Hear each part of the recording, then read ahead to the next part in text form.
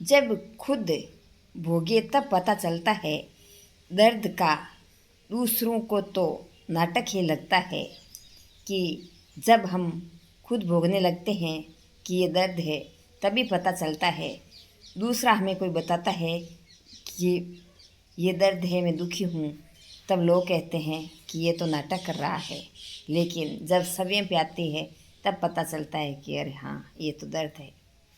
कर्म सारे जग का हिसाब रखता है, ना कागज़ रखता है ना किताब रखता है। देखिए कर्म की अनोखी शक्ति। हम भूल जाते हैं कि हम क्या कर रहे हैं और कुछ ना कुछ ऐसा वैसा कर लेते हैं जो नहीं करना चाहिए। कर्म हर चीज़ का हिसाब रखता है, चाहे उसके पास कागज़ और किताब कुछ ना हो, लेकिन कर्म के पास हमारे सारे लेखे जोखे होते हैं और उसी के अनुसार फिर हमें दंड भुगतना पड़ता है। हमें सदैव अच्छे कर्म करने चाहिए, कभी बुरे कर्म नहीं करने चाहिए जो दूसरों को परेशान करे, दूसरों का अहित करे, दूसरों को बुरे लगे। वैसे कर्म हमें कभी नहीं करने चाहिए।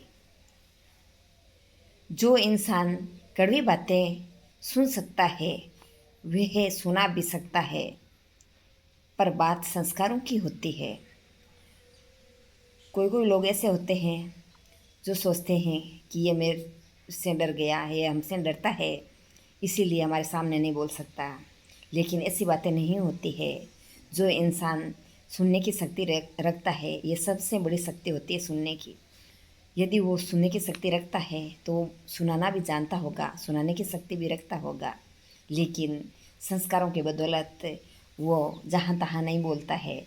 इसका मतलब यह नहीं होता है कि वो कमज़ोर है। हमने कितने सही और कितने गलत कर्म किए हैं, यह दो ही शख्स जानते हैं, परमात्मा और अंतरात्मा, कि हमने कितने कर्म सही किए हैं और कितने गलत किए हैं। या तो हम जान सकते हैं या परमात्मा जान सकते हैं। इसके अलावा और कोई ही नहीं जान सकता कि हमने कहाँ पे गलती की है, क्या किया है। वो या तो हम जान सकते हैं, हमारी आत्मा जान सकती है, या परमात्मा जान सकते हैं। इनके अलावा और दूसरा कोई नहीं जान सकता। हमें इस बात से दुखी नहीं होना चाहिए कि पीछे पीछे लोग हमारे बारे में क्या बोलते हैं। पीठ पीछे लोग हमारे बारे में क्या बोलते हैं, हमें इस बात की से कोई दुखी कभी दुखी नहीं होना चाहिए कि पीठ पीछे लोग हमारे बारे में क्या बोलते हैं। बोलने दो जो बोलते हैं। कोई हमारे सामने मुँह नहीं खोलता। बस यही का बात काफ़ी है कि जो हमारे पीठ पीछे बोलते हैं बोलने दो, हमें क्या फ़र्क पड़ता है उससे। यही बात काफ़ी है ना कि उसकी हिम्मत इतनी नहीं होती है कि हमारे सामने हमारे बारे में कुछ बोले। इसका मतलब हम सही हैं, हम गलत नहीं हैं। और ये दुनिया बोलती रहती है पीछे से, तो सभी को बोलती है, बड़े बड़े लोगों को बोलती है। तो हमारे क्या है, हमें भी बोलेगी। ये तो भगवान को भी नहीं छोड़ते हैं, तब हम तो इंसान हैं, हमें क्या छोड़ेंगे। और उससे कोई फ़र्क नहीं पड़ना चाहिए कि ये दुनिया हमारे बारे में क्या बोल रही है, कैसे बोल रही है। हमें तो सिर्फ अपने लक्ष्यों की तरफ, अपने कार्यों की तरफ आगे बढ़ना चाहिए।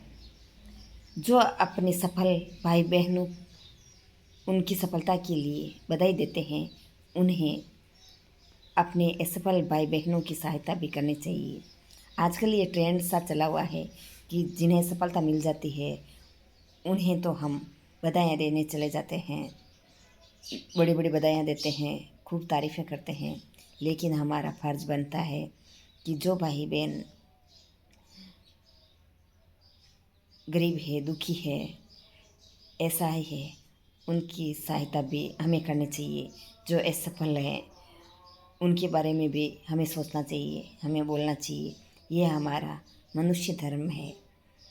हमें केवल सफल लोगों की तारीफ़ें नहीं करनी चाहिए, हमारे असफल भाइयों बहनों को भी एक अच्छी राह दिलानी चाहिए। उनकी भी तारीफ़ करनी चाहिए, उनके कर्मों की तारीफ़ करनी चाहिए। हो सकता है किसी कारणवश वे पीछे हो, यदि वो ललक उनमें जगाएंगे तो वो भी निश्चित ही सफलता प्राप्त करेंगे और एक दिन आगे बढ़ जाएंगे। तो हमें हमारे सफल भाइयों बहनों के साथ साथ असफल भाइयों बहनों की का भी हौसला अफजाई करना चाहिए। पाना चाहते हो मेवा तो बड़े बुजुर्गों की करो सेवा। आजकल हम देखते हैं कि बड़े बुजुर्गों की तरफ से बच्चे मुँह मोड़ रहे हैं, वो गलत है, वैसा नहीं होना चाहिए।